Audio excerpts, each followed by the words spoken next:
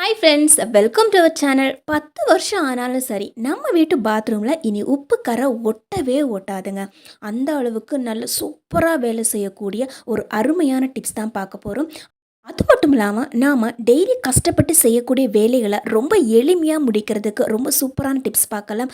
நம்முடைய அன்றாட வாழ்க்கையில் நம்முடைய பணத்தையும் நம்முடைய நேரத்தையும் அதிகப்படியாக மிச்சப்படுத்தக்கூடிய கிச்சன் டிப்ஸ் அண்ட் ட்ரிக்ஸும் பார்க்கலாம். வாங்க நம்ம வீடியோக்குள்ளே போகலாம். இப்போ நான் சோப்பு ஒன்று எடுத்து வச்சுருக்கிறேன். நம்ம எல்லார் வீட்லேயுமே நம்ம துணி துவைக்கிறதுக்காகட்டும் இல்லை மேலுக்கு போடுற சோப்பெல்லாம் வாங்கி வச்சு தான் யூஸ் பண்ணுவோம்.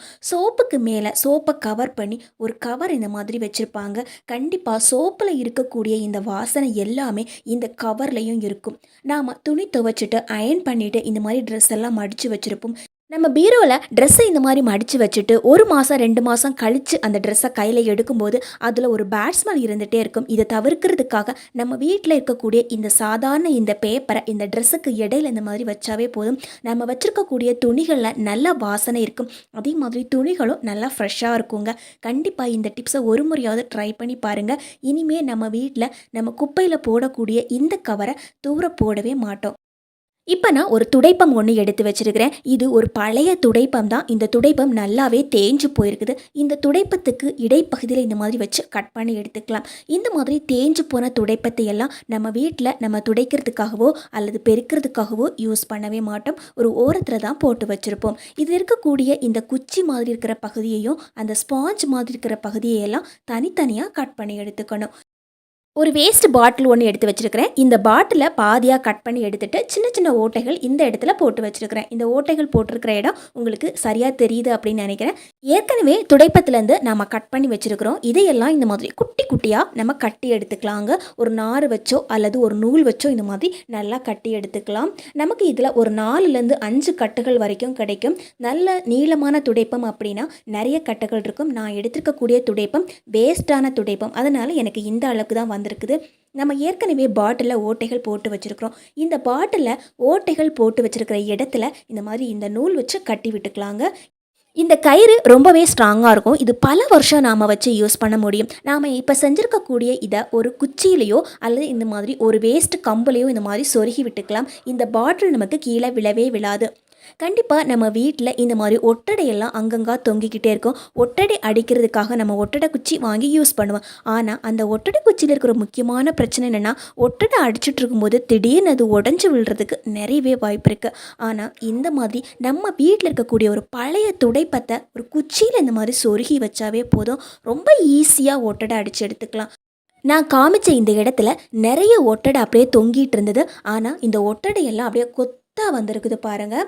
நம்ம எல்லார் வீட்லேயுமே துடைப்பம் வாங்குவோம். கண்டிப்பாக அந்த துடைப்பம் ஒரு நாள் தேஞ்சு தான் போகும். அந்த மாதிரி தேஞ்சு போன துடைப்பத்தை வச்சு இந்த மாதிரி உயரமான பகுதிகளெல்லாம் ஒட்டடை அடித்து எடுத்துக்கலாம். நம்ம வீட்டு பரண் மேலே அந்த கபோர்டு மேலெல்லாம் அடிக்கிறதுக்கு நம்ம ரொம்ப கஷ்டப்படுவோம். கீழே நின்றுட்டே ஒரே ஒரு குச்சி வச்சு இந்த மாதிரி அடித்து எடுத்துக்கலாம். எவ்வளோ ஒட்டடை வந்திருக்குது பாருங்கள். ஒரு 5 நிமிஷத்துலேயே வீடு ஃபுல்லாக ஒட்டடை அடித்து ரொம்ப ஈஸியாக க்ளீன் பண்ணிக்கலாம். அதே நேரத்தில் நம்ம கடையிலேருந்து ஒட்டடை குச்சி வாங்கி யூஸ் பண்ணணும் அப்படிங்கிற அவசியமும் இருக்காது.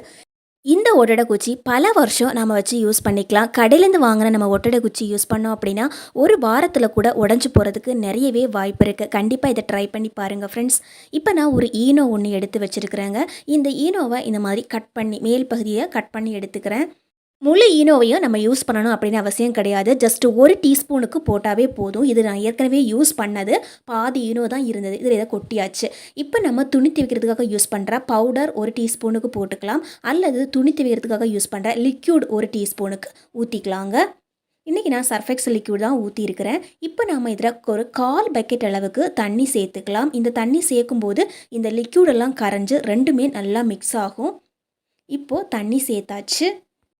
நம்ம வீட்டு பாத்ரூமில் உப்பு கரை படிஞ்சிருந்தது அப்படின்னா அதை நம்ம க்ளீன் பண்ணுறதுக்கு ரொம்பவே கஷ்டப்படுவோம். அது மட்டும் இல்லாமல் நார்மலாக நம்ம பாத்ரூம் கழுவிக்கிட்டே இருந்தாலும் கூட இந்த பாத்ரூமில் உப்பு கரை படிகிறது நிற்கவே நிற்காது. நாம் இப்போ பார்த்துட்ருக்கிற இந்த பாத்ரூமில் கூட நிறைய உப்பு கரை படிஞ்சிருக்குது. நான் உங்களுக்கு காமிக்கிறேன். இப்போ இந்த இடத்துலலாம் நிறைய கரை படிஞ்சு ஒரு மாதிரி அழுக்காகவே தேங்கி இருக்குது. ஏற்கனவே நம்ம பக்கெட்டில் தண்ணி எடுத்து வச்சுருந்தோம்.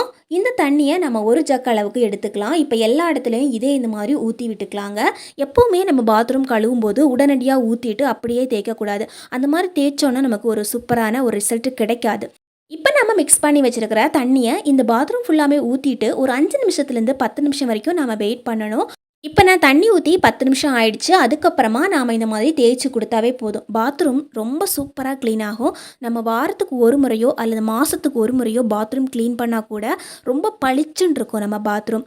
10 நிமிஷத்துக்கு அப்புறம் நம்ம கை வலிக்க போட்டு ரொம்ப ஸ்க்ரப் பண்ணி தேய்ச்சி கழுவணும் அப்படிங்கிற அவசியம் கிடையாது. ஜஸ்ட் இந்த மாதிரி சும்மா தேய்ச்சி விட்டாவே போதும். இருக்கிற மொத்த அழுக்குமே போயிடும். ஏற்கனவே நம்ம தண்ணி இதில் போட்டு ஒரு 10 நிமிஷம் ஊற வச்சிருக்கிறதால அந்த ஈனம் மொத்த அழுக்கையுமே எடுத்துடும். எப்போவுமே நம்ம பாத்ரூம் க்ளீன் பண்ணும்போது இதை கூட சேர்த்து கழுவி பாருங்கள். அருமையான ஒரு ரிசல்ட் கிடைக்குங்க. இப்போ நம்ம தண்ணி ஊற்றி பார்க்கலாம். நிறைய அழுக்கு படிஞ்சிருந்தா கூட ரொம்ப பளிச்சுன்னு ஆயிருக்கும் நமக்கு. பாத்ரூம் கழுவும்போது ஒரு முறையாவது இந்த மெத்தடில் ட்ரை பண்ணி பாருங்கள். இப்போ நான் கொஞ்சமாக நம்ம வீட்டில் இருக்கக்கூடிய சவரி எடுத்துருக்கிறேன். சாதாரணமாகவே நம்ம தேங்காய் வாங்கணும் அப்படின்னா தேங்காயில் குடுமி வச்சு தான் கொடுப்பாங்க. அந்த தேங்காய் குடுமி கூட இந்த மாதிரி பிச்சு போட்டு யூஸ் பண்ணிக்கலாம்.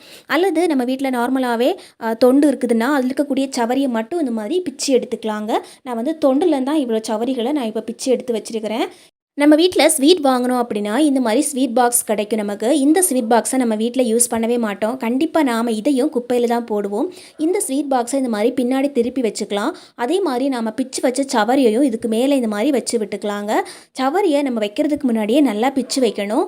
சவரியை நம்ம பிக்கும்போது தான் அதில் இருக்கக்கூடிய அந்த சின்ன சின்ன தூசிகள் எல்லாம் கீழே கொட்டும். அதனால் நம்ம சவரியை நல்லா பிச்சுட்டு மட்டும்தான் அதில் வைக்கணும். இப்போ நம்ம 2 ரப்பர் பேண்ட் எடுத்துக்கலாம். இந்த ரப்பர் பேண்டை இந்த சவரிக்கு மேலே இந்த மாதிரி போட்டு விட்டுக்கலாங்க. நான் இன்றைக்கி 3 ரப்பர் பேண்ட் எடுத்து வச்சுருக்கிறேன். இந்த 3 ரப்பர் பேண்டையும் இந்த சவரிக்கு மேலே இந்த மாதிரி போட்டு விட்டுக்கலாம். இதனால் அந்த சவரி கீழே விழாமல் ரொம்ப ஸ்ட்ராங்காக இருக்கும் நமக்கு. இப்போ இந்த சவரிகள் எல்லாம் உள்ளே இந்த மாதிரி அமுக்கி விட்டுக்கலாம். இப்போ பாருங்கள், பார்க்குறதுக்கே ரொம்ப சூப்பராக இருக்கும். நம்ம இதை வந்து திருப்பி பார்க்கும்போது இந்த மாதிரி தான் இருக்கும். இப்போ திருப்பி காமிக்கிறேன். இந்த மாதிரி தான் இருக்கும் பார்க்குறதுக்கு. இந்த பாத்ரூமில் நிறையவே உப்பு கரை படிஞ்சிருக்குது. நாம் அந்த டைல்ஸில் பார்க்கும்போது தெரியும். நல்லா க்ளோஸ்அப்பில் பார்க்கும்போது கருப்பு கருப்பாக அங்கங்கே அழுக்கு மாதிரி தேங்கி இருக்குது. இந்த உப்பு கரையெல்லாம் நாம் அப்படியே விட்டு வச்சுருக்கும்போது நாளடைவில் அது ரொம்ப திக்காக நம்ம தேய்ச்சா கூட போகாத மாதிரி அப்படியே ஆகிடும். நம்ம ஏற்கனவே பக்கெட்டில் கலக்கின தண்ணியில் நான் 1 ஜக் தண்ணி எடுத்து தனியாக வச்சுருந்தேன். அந்த 1 ஜக் தண்ணியையும் ஒரு பாட்டிலில் இந்த மாதிரி ஊற்றி வச்சுக்கிட்டேங்க. அந்த தண்ணியை இந்த சுவரில் இந்த மாதிரி நல்லா ஸ்ப்ரே பண்ணி விட்டுக்கலாம். பாட்டிலோட மூடியில் நான் குட்டி குட்டி ஓட்டைகள் போட்டு வச்சுருக்கிறேன். அதனால் இந்த பாட்டில் ஒரு ஸ்ப்ரே பாட்டில் மாதிரி ஒர்க் ஆகும். இப்போ தண்ணி ஃபுல்லாகவே நான் ஸ்ப்ரே பண்ணி விட்டுட்டேன். இப்போ நம்ம எடுத்து வச்சுருக்கிற இந்த ஸ்வீட் பாக்ஸை இந்த மாதிரி வச்சு யூஸ் பண்ணிக்கலாம். பாருங்கள், கையில் பிடிக்கிறதுக்கு ரொம்ப ரொம்ப ஈஸியாக இருக்கும். இதில் பார்க்கும்போதே அப்படியே தெரியுது பாருங்கள். ஜஸ்ட் கை வச்சு இந்த மாதிரி சும்மா ஸ்க்ரப் பண்ணி எடுத்தாவே ரொம்ப ஈஸியாக போயிடுது பாருங்கள். அதில் இருக்கக்கூடிய அழுக்குகள் எல்லாமே. தேங்காய் நாரை விட ஒரு ஈஸியான ஸ்க்ரப்பர் இல்லை அப்படின்னு தான் சொல்லலாம். அது மட்டும் இல்லாமல் இது நமக்கு வாங்குறதுக்கு காசும் செலவு கிடையாது. ரொம்ப சிம்பிளாக 3 ரப்பர் பேண்ட் இருந்தாவே போதும். நம்ம வீட்டு பாத்ரூமை ரொம்ப எளிமையாக க்ளீன் பண்ணிக்கலாம். ஒரே ஒரு முறை இந்த மாதிரி செஞ்சு விட்டால் போதும். நமக்கு 1 மாதம் ஆனால் கூட இந்த அழுக்கு மறுபடியும் படியவே படியாதுங்க. முதல்ல நம்ம பார்த்த சுவருக்கும் இப்போ பார்த்துட்டு இருக்கிற இந்த சுவருக்கும் நிறையவே டிஃப்ரென்ஸ் இருக்குது பாருங்கள். தேய்க்க தேய்க்க அந்த அழுக்கு எல்லாமே காணாமல் போயிடுது. நம்ம கடையிலேருந்து என்ன தான் ஸ்க்ரப்பர் வாங்கி யூஸ் பண்ணாலும் சரி, இல்லை லிக்யூட் வாங்கி யூஸ் பண்ணாலும் சரி, இந்த அளவுக்கு நமக்கு ரிசல்ட்டு கிடைக்கவே கிடைக்காது. கண்டிப்பாக ஒரு முறையாவது பாத்ரூம் க்ளீன் பண்ணும்போது இதே மெத்தடில் லிக்யூட் ப்ரிப்பேர் பண்ணி யூஸ் பண்ணி பாருங்கள். சுவரில் எவ்வளோ உப்பு கரை படிஞ்சிருந்தாலும் ரொம்ப ஈஸியாக க்ளீன் பண்ணி விட்டுரும். பாத்ரூம்லன்னு மட்டும் கிடையாது, நம்ம கிச்சனில் உப்பு கரை படிஞ்சிருந்தா கூட இதே மெத்தடில் நம்ம க்ளீன் பண்ணி எடுத்துக்கலாம். இப்போ இந்த பாத்ரூம் சுவரை பார்க்கும்போது ரொம்பவே பளிச்சுன்னு இருக்குது நமக்கு. இப்போது ஃபுல்லாகவே தேய்ச்சி முடிச்சுட்டு நான் தண்ணி ஊற்றிட்டேன் பாருங்கள். இதில் ஒரு பாட்டில் லிக்யூடு மட்டுமே நமக்கு கரெக்டாக இருந்தது. ஃபுல்லாக ஸ்ப்ரே பண்ணி விட்டுட்டு தேய்க்கிறதுக்கு. அதே சமயத்தில் பாத்ரூமும் நம்ம க்ளீன் பண்ணி விட்டுட்டோம். பாத்ரூமில் எவ்வளோ உப்பு கரை படிஞ்சிருந்தாலும் சரி, அல்லது எவ்வளவு அழுக்குகள் படிஞ்சிருந்தாலும் சரி, இதே மெத்தடில் க்ளீன் பண்ணாவே போதும். நம்ம கை வலிக்க போட்டு தேய்ச்சி ஸ்க்ரப் பண்ணணும் அப்படிங்கிற அவசியமே இருக்காது. தேங்க்யூ ஃபார் வாட்சிங் ஃப்ரெண்ட்ஸ்.